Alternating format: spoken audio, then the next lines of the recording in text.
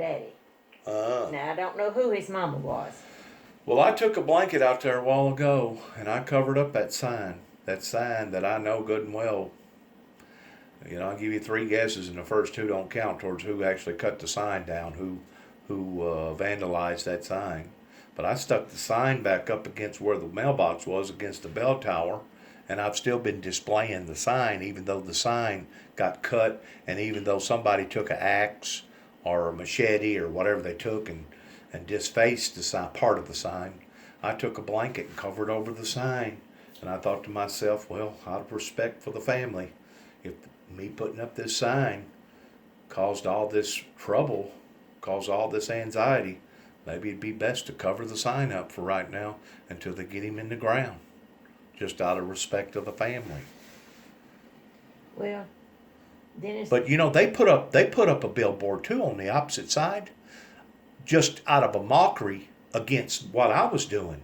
And I don't know if they thought that I had put that sign up, that it was personal against them, because it didn't have nothing to do with them. It's got to do with our military, and it's got to do with the Indian culture that I support pertaining to the Cherokee people. And it didn't have nothing to do with the Ridgeway of the Sheffields towards David and I putting up that sign or putting up that cross. That was all me. That was all me in the display of the ministry. And it didn't have a daggum thing to do with the Ridgeway family or the Sheffield family or anybody personal. And it wouldn't have mattered if I was living at 291 Thompson Road or if I'd have been living in downtown Cicero or in New York City or out west somewhere. I would have still done what I felt like God was calling me to do. And it wouldn't have been nothing personal against nobody. But I've never wished no ill will against anybody. And I for darn sure don't wish for nobody's soul to go to hell, because like I was telling you all ago, Well, that's the most valuable thing in anybody's life, regardless whether you're rich, poor, educated, non-educated, American, or whatever. If you lose your soul, you lose it all. you lose everything. There was really no reason for you to ever even been born, was it, Mr. Melvin? If you lose your soul? A matter of fact, it would probably have been better if you never was born, if you was going to lose your soul. Do you believe? Do you see it that way? Well, God meant for you to be born, though. But He also meant for you to be submissive to Him. You're supposed to love one another. That's He also meant for you to be submissive to Him. I don't know. It's a. And if you're not submissive to Him, that means you're submissive to the devil. Your life depends on you, what you do after you get up big enough to walk straight. Absolutely. But I think the best thing you can do right now, Dennis, is just be quiet. Yeah. Yeah, Because because anything I say and It's do. too fresh in their mind and in their memory, and you need to just back away. Yeah. Because anything, for the good or for the bad, anything that I do right now, If you try to do it good, would be it's gonna offensive. bad. It would be offensive to them. It would. And you just back off and. It wouldn't matter if I was to send them a bouquet of flowers. It cost me $100. Oh, they'd throw it away or do something. Yeah, that'd bring all these memories back. Yeah, Don't do it. yeah. That's my opinion. And let it all die down. As a matter of fact, it may not be a bad idea if I went to the lake and stayed for 2 or 3 days. You know, just out of sight, out of mind. Yeah. That might not be bad. Well, Out of sight, out of But then mind. they'd think you was up to something if you do that.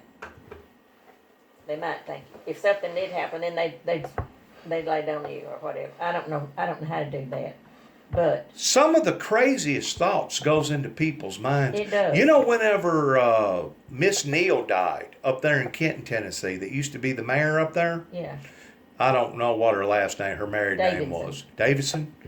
Do you know that they actually thought that I was going to go back to the cemetery after they buried her and dig her up oh my, and mutilate the body after she had already been put in a grave? I told you about them kicking me out of the church. yeah, The first Assembly of God Church up there, or Church of God Church, or whatever the name of that church is, after you're leaving Kenton going towards Trimble on the left-hand side. I don't, Ain't that the Church of God? Yeah, outside, I mean, you go on down. Had 4 or 5 of them walk up Yeah. to me. Never would let me go down and view the body. They stopped me about halfway and said, "You're not going down there. Matter of fact, you're leaving. We're not asking, we're telling you. Leave." And that was Leroy Neal's sister. Yeah. And I think Leroy Neal's brother's still living. Bobby? No. Bobby died? Yeah. I'm not sure he didn't die. He must have died recently, within the past year or so. It probably was. I don't know if it's been the last year or not, but he married a girl I went to school with. He had a stroke too. He was messed up. His Yeah, hand and yeah. all was messed up. He married, but his wife is in bed. She can't get around too good. I guess once you have a stroke like that, Mr. Melvin, you don't never get over it. I It's had real one. bad, you know. It pulls muscles in your hand and in your arm and in your neck. Even And your mini stroke. I mean, whenever she had her mini stroke, it worked on her. Did you know I had a mini stroke? uh-uh. Oh yeah. I did. Been 22 years ago. Really? Was it a heat stroke? Was it heat related? No, Oh. no. I was riding in the car. Really? Yeah, this has happened. How'd it come up on you? I don't know. I just went out. Oh, really? I can't tell you. Oh, really? And me and Melinda and Bob Henry and Mary Alice. Mary Alice was a baby. And we're still on the bottle. And anyway, we went, they had that 30-mile yard sale at Big Sandy, and we had put in a different trailer up there. And they were coming that day to fix the air. Or they'd already put it in, but it wasn't working right. or That's something. off 641, isn't it? No, it's 69 is what that, from Big Sandy down to the interstate. You go to Big I Sandy. thought that's 641. It's 69. Is it 69? 69A from Parish to Big Sandy. Okay. But 641 goes from Parish to the interstate. Okay. But this is going around by Big Sandy. All right. But anyways, that's where you had it at. Yeah, we had been on that yard, so we didn't go through the whole thing, but anyway, because we had them kids, we just wasn't looking. And, Think you overloaded yourself? Got No. too hot or something? no, because I was in the car coming home. I mean, going back Yeah, to but the... you may have done something 30 minutes before that We caused didn't it. hardly even get out, I don't think, because Mary Alice was wanting to cry and stuff, and so, anyway. Do you remember it? He wasn't with us. Do you? I wasn't with them. Oh, you wasn't? Mm-mm. I So, come home to bring some stuff. when and I get had some it, What hospital did you wind up in? Paris, Paris. That's a good hospital. no, Oh, Paris, oh, Camden, Camden. We was Oh, I don't coming know into nothing about Camden. that hospital. They Camden, carried her and over there. we were on the road, and anyway, I had it between, I don't know where it started, but I come at myself kind of halfway before we was coming into Camden. Did you know something was going on? Oh, I went out. But I mean, after you come back to, did you realize yeah, but that you Linda had told me medical my problem? My mouth was all drooped down, and my eye was all drooped down, and saliva running out, Yeah, like to scare her to death, which Mama kicked in instead of the nurse at that time. right. So anyway, she had asked me, I was supposed to be fixing Mary Alice a bottle. Well, I tried to throw the bottle out the window, she said. And she knew then, that's when she realized something was wrong. And she said she asked me who she was and asked me her birthday, and I told her something off the wall, you know. So it scared her, the life out of her. And then I kind of come to and looked at her, and she said, "Mama," I asked, I think I answered her, I said, "What?" or something. Anyway, she said, "Do you know where the hospital is?" I said, "No." And I got to thinking, and I said, "It's not on the north side where we come in.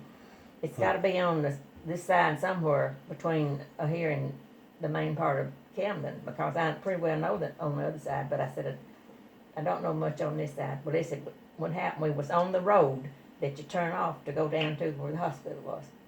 So now I was that close to the hospital. And she got me in there, and they carried me back and started working and giving me IVs and all this sort of stuff. And this time I was at... Now, it was 22 years ago. Yeah. And So that would have been in, that would have been before 9/11. yeah, That was in 1997, probably so. something like that. About 5 years before 9/11. Yeah. Boy, hadn't a lot of stuff changed since 9/11 then. we was up here when 9/11 come. But anyway, they got the giving all that stuff and giving the shots and stuff. And I've heard since then that the sooner you get to the hospital from a stroke, the better off it is, because they can get started giving you that stuff right then. Uh-huh. And that's what happened. We were so close that they could give me that blood stuff, or keep you from having more and all that sort of Uh-huh. stuff. And they worked.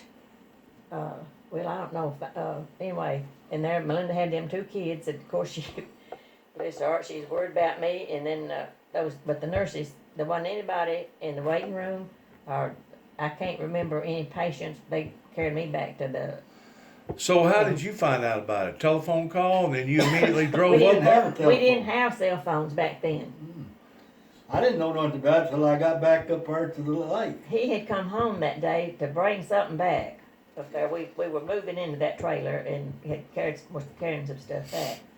And anyway, I got up there and the neighbor said, well, Melinda'd already come back home. but and I left kept her on up till there. she went on. I said, you got to go back to the camper or trailer, because your daddy will be back and he don't know where we're at and what's happening or nothing. I said, Right. you got to take these kids and go on back. But now the nurses, they took them kids and they seen after them kids. Right, that's And good both thing. of them were, just 11 months difference in them. So have you ever had an episode?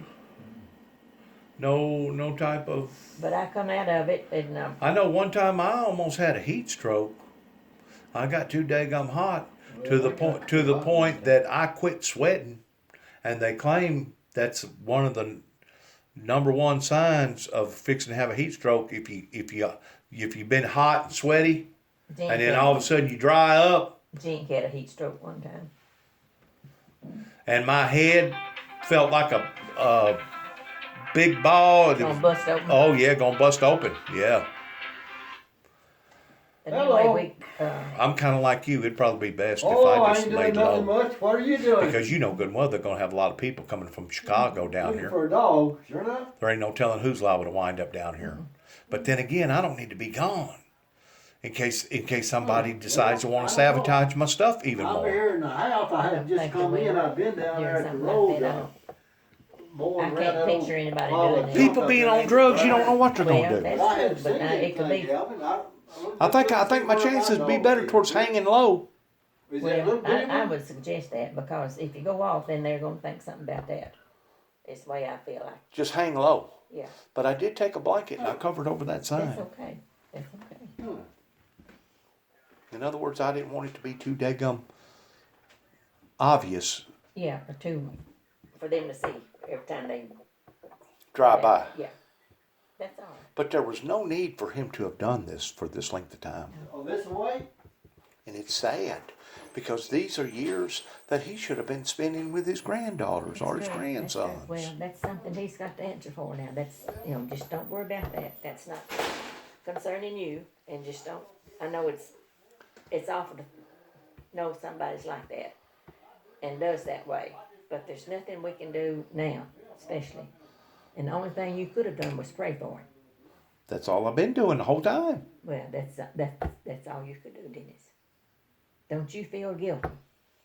Now, don't let guilt. Well, let get me hold read of you this letter that I put out to the general public. Can I do that to you real quick Yeah. before I go? Yeah, because I'm gonna have to.